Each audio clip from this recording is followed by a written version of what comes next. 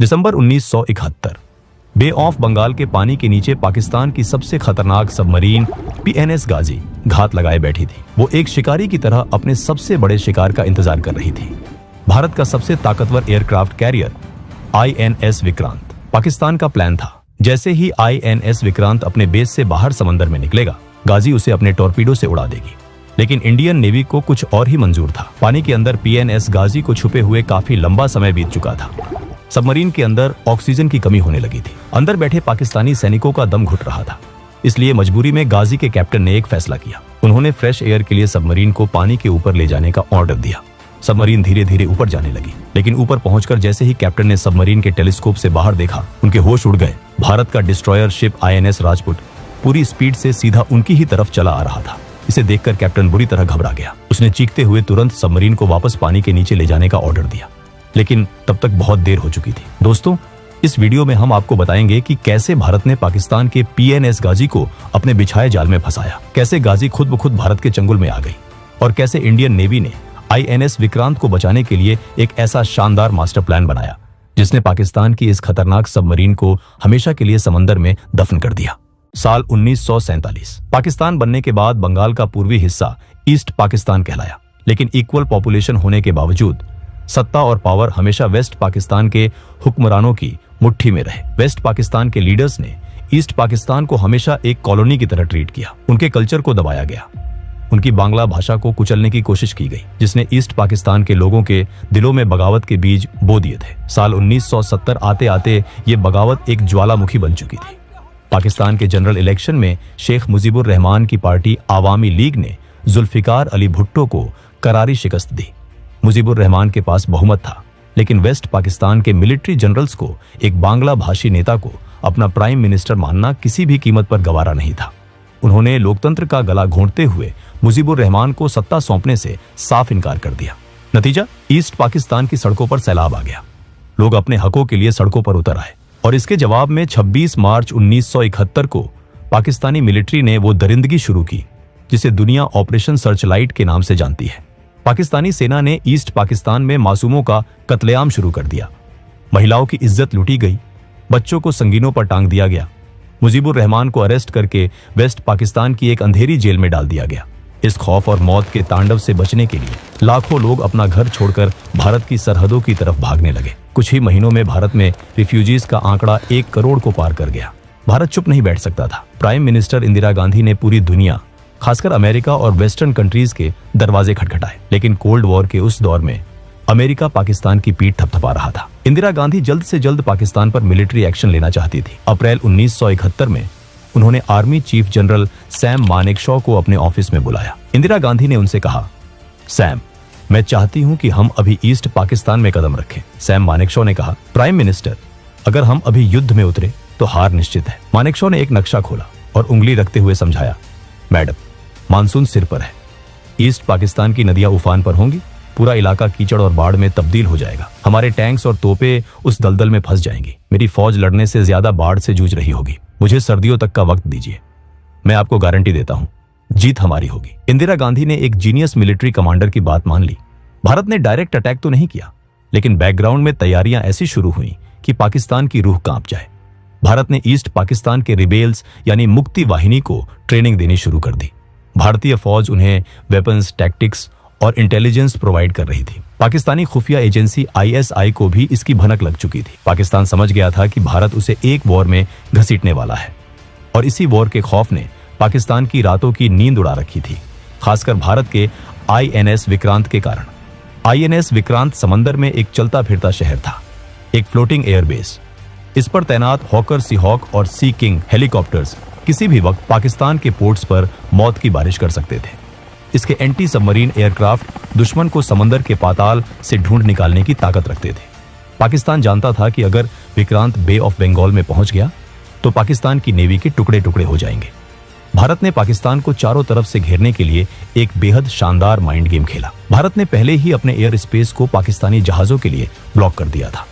अब वेस्ट पाकिस्तान से ईस्ट पाकिस्तान जाने के लिए पाकिस्तानी प्लेन्स को श्रीलंका का लंबा चक्कर काटना पड़ रहा था। इसके बाद इंडियन नेवी ने ईस्टर्न फ्रंट से पाकिस्तान का ध्यान भटकाने के लिए वेस्टर्न फ्रंट पर अपनी एक्टिविटी बढ़ा दी। Pakistani navy chief vice admiral Muzaffar Hasan इस जाल में फंस गए। उन्हें लगा भारत कराची पर हमला करेगा, इसलिए उन्होंने अपनी पूरी नेवल पावर को वेस्ट की तरफ लगा दिया। ईस्टर्न फ्रंट यानी बे ऑफ बंगाल में पाकिस्तान के पास गिने चुने जहाज रह गए। यहीं पर इंडियन नेवी ने अपना अगला मोहरा चला और बे ऑफ बंगाल में एक फुल नेवल ब्लॉकेड लगा दिया। ईस्ट पाकिस्तान पूरी तरह से कट चुका था। वहां फंसी पाकिस्तानी सेना को ना हथियार मिल रहे थे, ना राशन। इधर INS विक्रांत, जो कुछ समय से टेक्निकल इश्यूज से जूझ रहा था, अब पूरी तरह रिपेयर हो चुका था। वो ईस्टर्न नेवल कमांड में अपनी फ्लीट के साथ तैनात था। 8 नवंबर 1971 को पाकिस्तानी नेवी के रियर एडमिरल अब्दुल वाहिद ने PNS गाजी के कैप्टन जफर मोहम्मद खान को एक सीक्रेट ब्रीफिंग के लिए बुलाया। वाहिद ने कहा, कैप्टन जफर, तुम्हारे मिशन का नाम INS विक्रांत है। इसे ढूंढो और इसे तबाह कर दो। जो भी हो जाए, विक्रांत जिंदा नहीं बचना चाहिए। गाजी के सभी नौसैनिकों की छुट्टियां तुरंत कैंसिल कर दी गई। सबमरीन में टॉर्पीडो और माइंस लोड किए गए। पाकिस्तान का सबसे खूंखार शिकारी अब बे ऑफ बंगाल की तरफ निकल चुका था।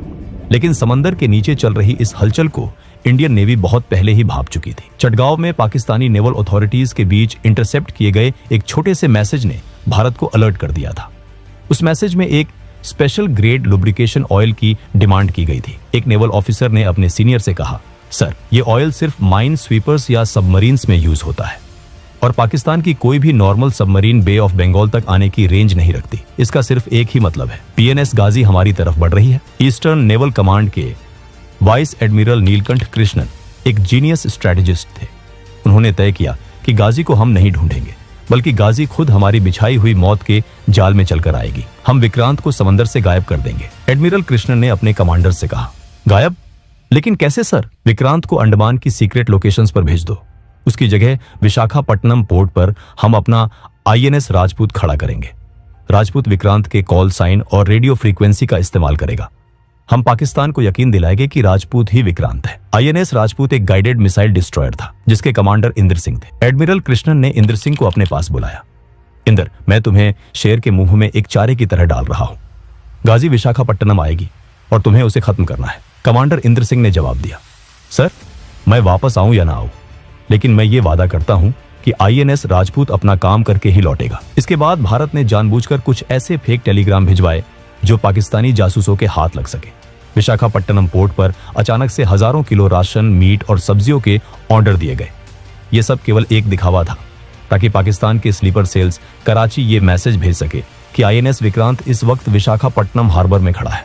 23 नवंबर को कैप्टन जफर के पास पाकिस्तान से मैसेज फ्लैश हुआ, target is at Visakhapatnam, proceed for the kill. Captain Zafar एक मुस्कान के साथ गाजी को विशाखापट्टनम की तरफ मोड़ चुके थे। उन्हें लग रहा था कि वो इतिहास रचने जा रहे हैं, जबकि असलियत में वो मौत के कुएं में छलांग लगा रहे थे। 1 दिसंबर की सर्द रात के 11:40 PNS गाजी बेहद खामोशी से विशाखापट्टनम पोर्ट के नेविगेशनल चैनल के पास पहुंच चुकी थी। समंदर की गहराइयों में छुपी ये सबमरीन भारत के लिए एक बड़ा खतरा थी। कैप्टन जफर ने फैसला किया कि वो पोर्ट के मुहाने पर घात लगाकर बैठेंगे और विक्रांत के बाहर आने का इंतजार करेंगे। लेकिन सबमरीन के अंदर के हालात अब बद से बदतर होने लगे थे। लगातार कई दिनों तक अंडर वाटर रहने की वजह से PNS गाजी के अंदर ऑक्सीजन का लेवल गिर रहा था और हाइड्रोजन गैस का लेवल खतरनाक हद तक बढ़ चुका था।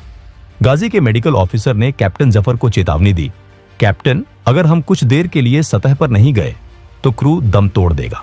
कुछ सैनिक खून की उल्टियां कर रहे हैं। जफर दुविधा में फंस गए थे। दूसरी तरफ समंदर के ऊपर INS राजपूत मौत का फरिश्ता बनकर गश्त लगा रहा था। कमांडर इंद्र सिंह ने अपने जहाज की सभी लाइट्स और नेविगेशनल एड्स बंद कर दिए थे। वो बिल्कुल साइलेंट मोड में एक शिकारी की तरह उस इलाके में मंडरा रहे थे। 3 दिन बीत चुके थे, लेकिन गाजी का कोई सुराग नहीं था। 3 दिसंबर 1971 शाम के करीब 5:40 पर पाकिस्तानी एयरफोर्स ने बौखलाहट में भारत के एयरफील्ड्स अंबाला, जोधपुर, पठानकोट और श्रीनगर पर अंधाधुंध एयर स्ट्राइक शुरू कर दी। ऑपरेशन चंगेज खान नाम के इस हमले के साथ ही 3rd इंडो-पाक वॉर का ऑफिशियल आगाज हो गया। उसी रात प्राइम मिनिस्टर इंदिरा गांधी ने ऑल इंडिया रेडियो पर देश को एड्रेस किया। पाकिस्तानी वायुसेना ने हमारे शहरों पर हमला किया है।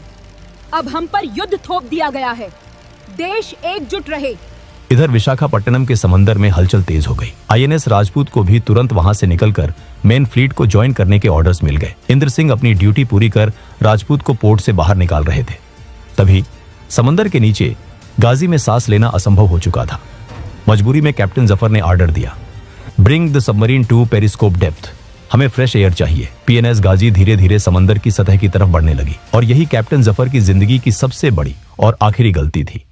जैसे ही गाजी ऊपर की तरफ आई, आईएनएस राजपूत के पावरफुल सोनार ने एक झटके में उसे डिटेक्ट कर लिया। सोनार स्क्रीन पर ब्लिप उभरते ही राजपूत के कंट्रोल रूम में अलार्म बजने लगे। इसके बाद आईएनएस राजपूत पूरी ताकत के साथ उस लोकेशन की तरफ दौड़ा। पेरिस्कोप से झांकते हुए जफर की आंखें फटी की फटी रह गईं।